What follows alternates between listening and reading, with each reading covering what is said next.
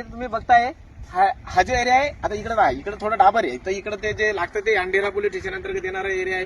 अंधेरा त्याच्या थोडंसं असं पुढे गेल्यानंतर इकडे लागल शिवनी.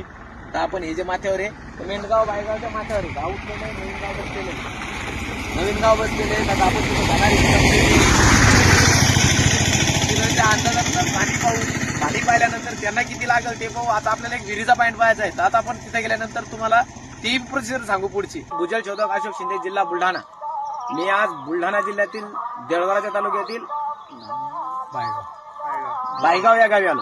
बायगाव म्हणजे माझा हा जो गावातला पॉईंट आहे, हा पहिलाच पॉईंट आहे. आता जेमतेम आपण इथे यांना एक विहिरीचा पॉईंट दिला. आता इकडे योगा का असं झालं की हा आम्ही विहिरीचा पॉईंट दिला आणि याच्याही अगोदर सकाळी आले दोन्ही पाण्याचे योगा जेमतेम एकाच ठिकाणी विहिरीचा पॉईंट. जेमतेम इथं जे आता हा जो इकडचा एरिया आहे, इकडच्या एरियानुसार जर इकडे विचार केला तर 5 टनाचा पट्टा लागल्यामुळे पाणी बी कमी जास्त होऊ शकतं.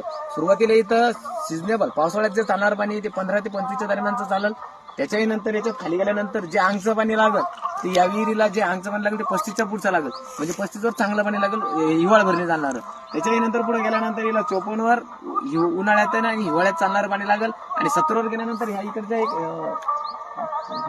काठशिवरीकडून एक खाली पदर लागेल. त्या काठशिवरीकडून नाही बी लागला तर काठशिवरीकडून आडव्यापूरला पाणी चांगल्या प्रकारे लागेल.